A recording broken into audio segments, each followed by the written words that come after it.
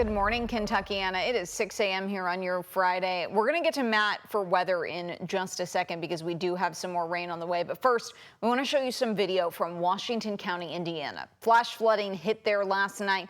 Take a look at this camper being washed away. This happened in New Pekin. Thankfully, the sheriff's office says nobody was inside as that camper just kind of floated away, again, because of those high waters. And Matt, we knew that there were flash flooding concerns last night into the evening. Absolutely. Yeah, you know, we're seeing some more intense summertime downpours with this pattern that's been sticking around Kentuckiana, and I'm still keeping those rain chances in the forecast for today. We're still waiting on sunrise to happen for us this morning, but we are still expecting more clouds and showers to be present with us. The seasonal heat is still going to be around with temperatures ranging into those upper 80s throughout the afternoon. A flash flood watch in place until 7 a.m. and a few more of those strong isolated downpours will still be possible. Temperatures this morning across Jefferson County into those lower to mid 70s.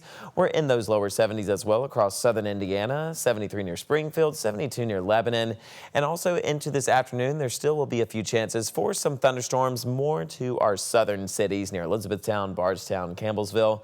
You guys are likely going to see a few of those passing showers and thunderstorms develop later into the day. Here's what we have going on right now on satellite and radar. A few of those showers starting to exit Kentuckiana, leaving behind lingering clouds, and a few lighter rain showers starting to develop just closer towards our east. So we're still going to keep this in the forecast just as we head into the next upcoming hours. We're also tracking some additional thunderstorms overnight. And that's a look at what's happening right now weather-wise. More weather details coming up, but here's a quick check of traffic. We got a few crashes to report on this morning. A few of those showers have probably caused a few slick spots on the roadways.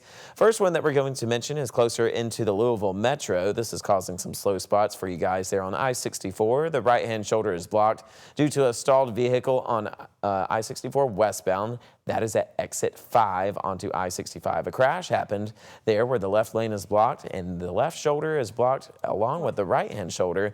That's because of a crash on I-64 eastbound at exit 19B. Once that gets cleared, we'll let you know. Grace? All right, Matt, thank you. Just into our newsroom, a man is in the hospital this morning after an early morning shooting in the Algonquin neighborhood.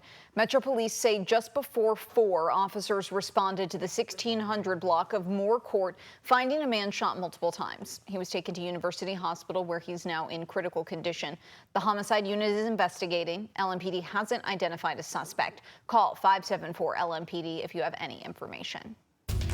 Our top story this morning, the U.S. Department of Justice is recommending no prison time for former Louisville police detective Brett Hankison, convicted on federal charges in the Breonna Taylor case. Now the DOJ is pushing for just 3 years of supervised release. In November, a federal jury found Brett Hankison guilty of violating Breonna Taylor's civil rights. Jurors determined he used excessive force when he fired 10 shots into her apartment the night of that deadly 2020 police raid.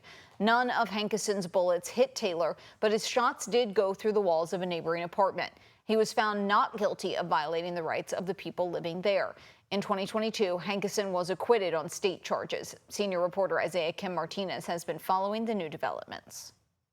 Mr. Hankison, do you have any comment to this? Brett Hankison, the only former Louisville police officer convicted in the Breonna Taylor case, may not face any time in prison. That's if the new-look Department of Justice under President Donald Trump gets what it's asking for. Can you explain to me your reaction to hearing the DOJ saying we only want supervised release? Well, I think it's not surprising because we know the history of America. You know, justice really means the black community, just us. Lamont Collins, head of the Roots 101 African American Museum in downtown Louisville, speaks to me from their Breonna Taylor exhibit. It was done in 6 years ago. He says the possibility of Hankison not going behind bars is unexplainable. In November, a federal jury found the former cop guilty of using excessive force when he fired 10 times into the side of Taylor's apartment. I think what we see in America, the changing of the guards, the changing of the president, the changing of the Congress, the things that people want power, but not necessarily power with justice, just power.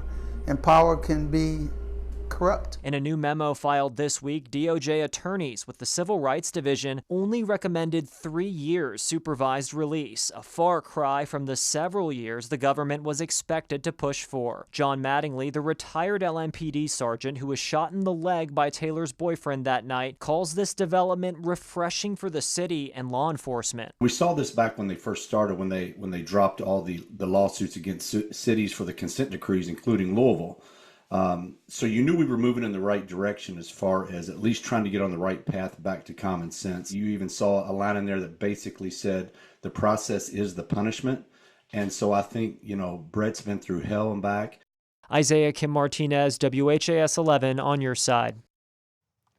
Louisville Mayor Craig Greenberg also weighed in on the recommendation, saying he believes Hankison's actions warrant a serious prison sentence. Other activists and civil rights leaders in Louisville are voicing their opinions, too. When we think something's bad, and that's the worst it can be, then something else pops in.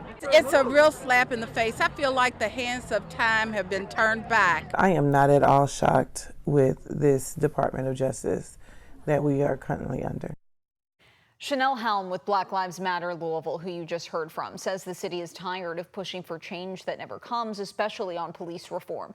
Hankison's federal sentencing is set for Monday, July 21st.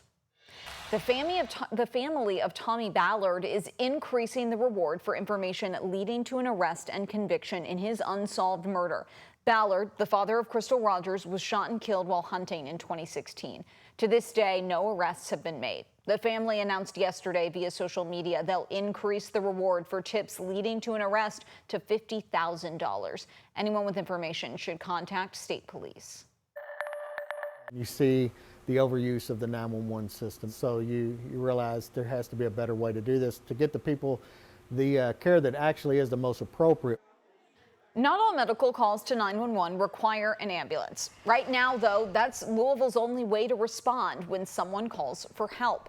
MetroSafe now says that could change by the end of the year. The department has plans for a medical triage diversion program meant to divert 911 calls that don't always need a paramedic. MetroSafe manager James Polk is bringing back an old idea, hiring nurses to give medical advice over the phone.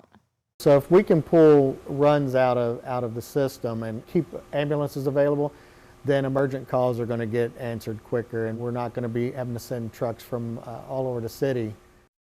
At first, he says the program would be available for about 8 hours a day during the busiest period from 9 a.m. to 5 p.m. Polk says it could eventually expand to 24 hours.